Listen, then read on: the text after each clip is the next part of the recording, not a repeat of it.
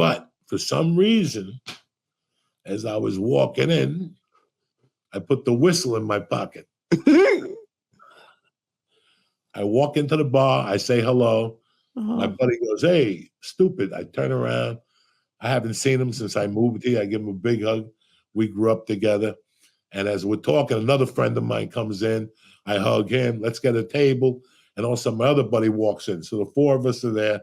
We were waiting on one of the guys, Sabatino, the kid who cried during the fucking, when I had the porno, when I was 13 and he was like 10. That guy, he's back in my life and I love it. He's crazier than ever.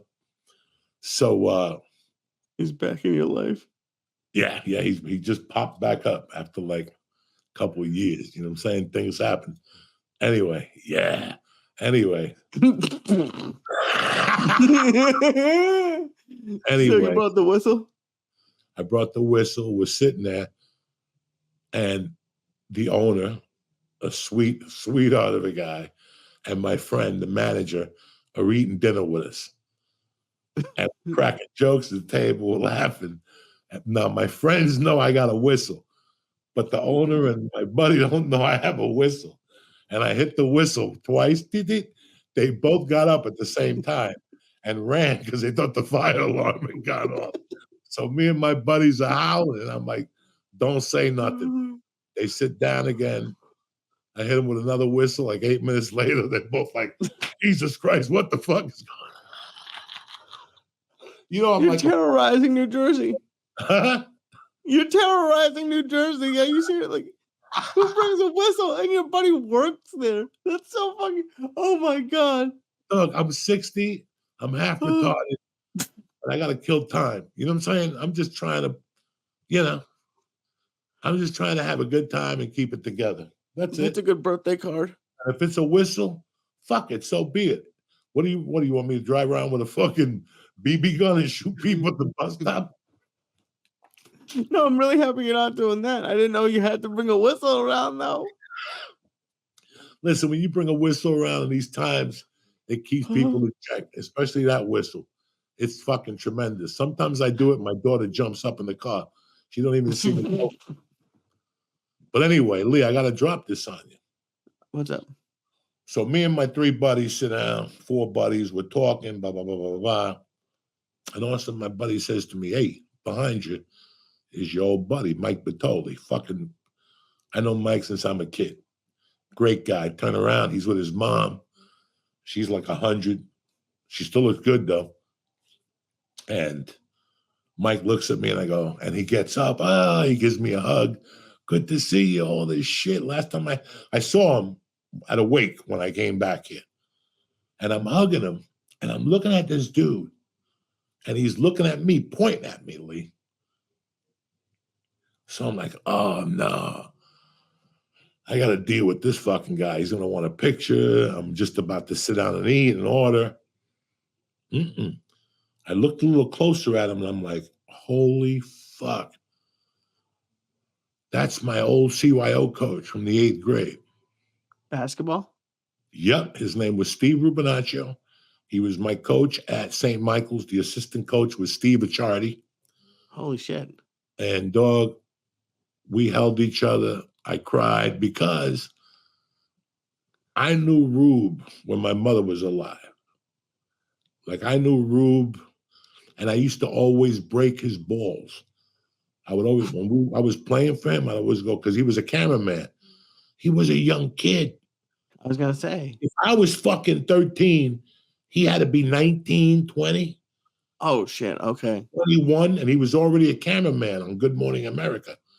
Oh, that's cool. Every time I would see him, I go, dog, when are you going to get me on Good Morning America? I just wanted a job in that industry. I didn't know where to start. I go, let me go in there and carry shit for you. And he would laugh. And I'll never forget when I got sober, partly in 85, I actually called him. Like I hadn't seen him since like 80, which I'll get back to. And I called him in 85 and I'm like, hey, Rube, what's the story with that job? He's like, are you gonna fucking stop with this shit? I can't just get you a job. Because I knew people who were stage handlers over there. And I knew that I didn't know if there were big shots over there. I wasn't sure. But anyway, to make a long story short, he told me, he goes, you didn't get on Good Morning. I didn't get you on Good Morning America, but you got on the stage anyway on your own. So I'm proud of you. And then we sat. He had his wife with him and another couple, so I didn't want to bother him.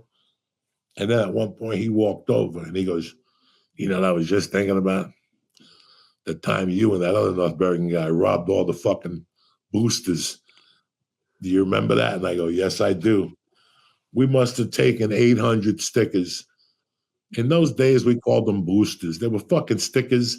You stuck them on your window that said, I support St. Michael CYO or Johnny Banana's Temple, whatever the fuck it was. And you sold them? I sold like 200 at my mother's bar. And then he shut it down the following Monday at practice. He's like, I'm going to close the door and make believe. I don't know who did it. Tonight, by the time we leave here for practice, I want the fucking all the stickers back. So me and the other dudes put them back. If we took 800, there was probably 600 in there. They took the loss, but nobody went to jail. That's crazy that he remembered you from 8th grade. And there was a quiet dude there that used to be a little chubbier. He didn't start, but when he played fucking tough. And I'll never forget one night we were stoned practicing in there on a Monday night because we used to always practice on a Monday night. But after we got together, after we started knowing each other, we knew that some of us got high. And we'd vow to get high and then put Visine in our eyes and your mother's cologne. And we go to practice and giggle as fuck. And one night, we were high as fuck, me, Louie, Whitey, and somebody's going to take the ball out to throw, like somebody's going to take the ball out, like to bounce pass to somebody. Right. And this kid that was a big, chubbier kid went to steal the ball. So my buddy picked up the ball like he was going to throw it, and homie jumped up, but at the same time, his mouth was open, right? And my other buddy goes, look at him. He thinks it's a meatball. He busted out on the floor, and I'm sure he was embarrassed. Well, I hope I don't bump into that dude today. That dude was Frankie Winters. That dude played with fucking Brett Favre. He fucking was his center over there all those years. That guy was an all-star forever, a Pro Bowler. Holy shit. To become somebody. And that's what he said. He goes, I can't believe out of all the years I coached, I ended up with a fucking center and a fucking comedian.